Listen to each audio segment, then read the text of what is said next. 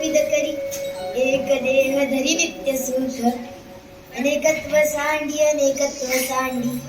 तेच आहे ब्रह्मांडी रूप तुझे.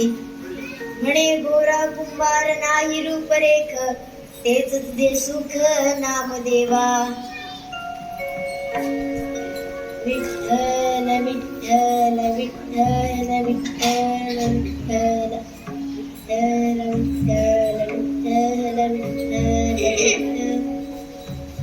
या मंडळी, अगदी योग्य वेळी आला.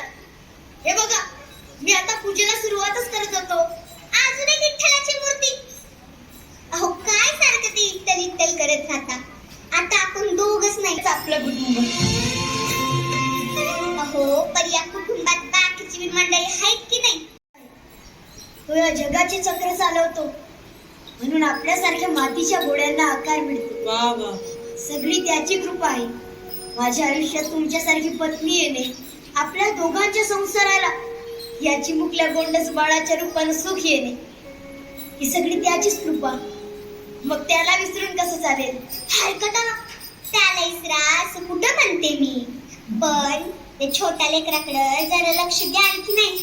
अगं, ज्या भक्तीनं तुम्ही त्या विठ्ठलाच्या मूर्तीला लोणी लावता ना, त्याच भक्तीनं या चिमुकल्याला एक खाऊ पिऊ घाला म्हणते मी. नाही तर त्याच्याला वाटेला येते माती. तुम्ही विनाकारण वाद घालत आहात. हे बघा, मी धुणं भांडी करून इरीवर जाऊन पाणी भरून येते. तवसर याच्याकडे लक्ष ठेवा. आणि हो, मी येईपर्यंत त्या विठ्ठलापाशी जाऊ नका, नाहीतर माझं पोर बसायचं रड आणि तुम्ही बसायचा भजन करत. आले मी. श्री हरी विठ्ठल. काय बोलावं हिला? खर तर मी पूजा करावी म्हणून सगळी तयारी ही करून देत असते, आणि आता विठ्ठलाला रागही भरते. तो म्हणावा, विठ्ठला, तुझे भक्त सुद्धा तुझ्या कारभारा इतकेच नाकलनी आहेत बरं का. चला, आता तुम्ही इथे बसा बरं, आणि आई येईपर्यंत शांत राहायचं, त्रास द्यायचा नाही. आपण दोघं मिळून विठ्ठलाची पूजा करूया. मी तुमच्यासाठी काही मातीची खेळणी बनवून ठेवतो, पण त्याआधी माती भिजवायला हवी. विठ्ठल विठ्ठल विठ्ठल विठ्ठल विठ्ठल विठ्ठल विठ्ठल विठ्ठल विठ्ठल विठ्ठल विठ्ठल.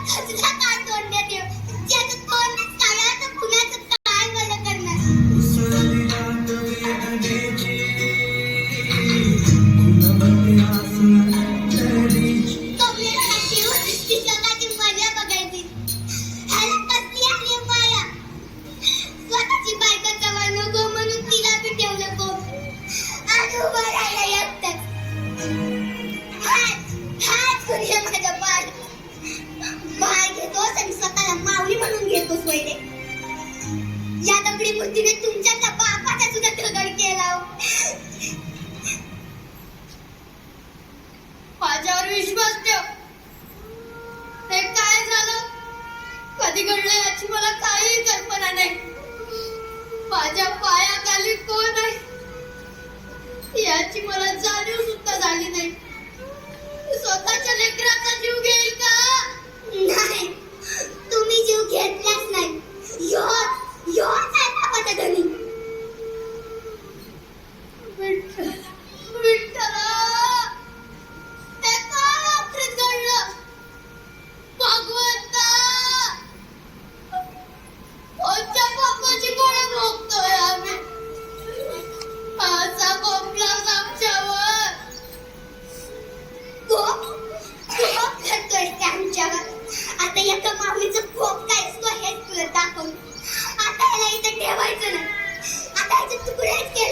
भगवंता, मला स्पर्श करायचं.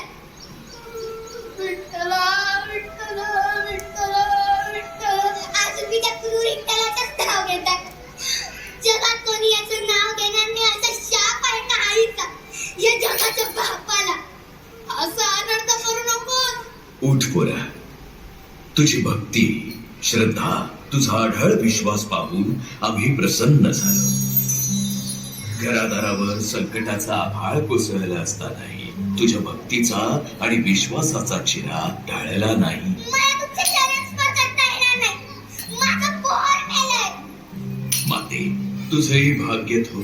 आपल्या एकुलत्या एक पुत्रासाठी तू भगवंताशी संघर्ष केलास. मग तुमचं दुःख मला कसं पाहावे बरे. तुमच्या भक्तीचं महात्म्य जगाचे नियमही बदलते.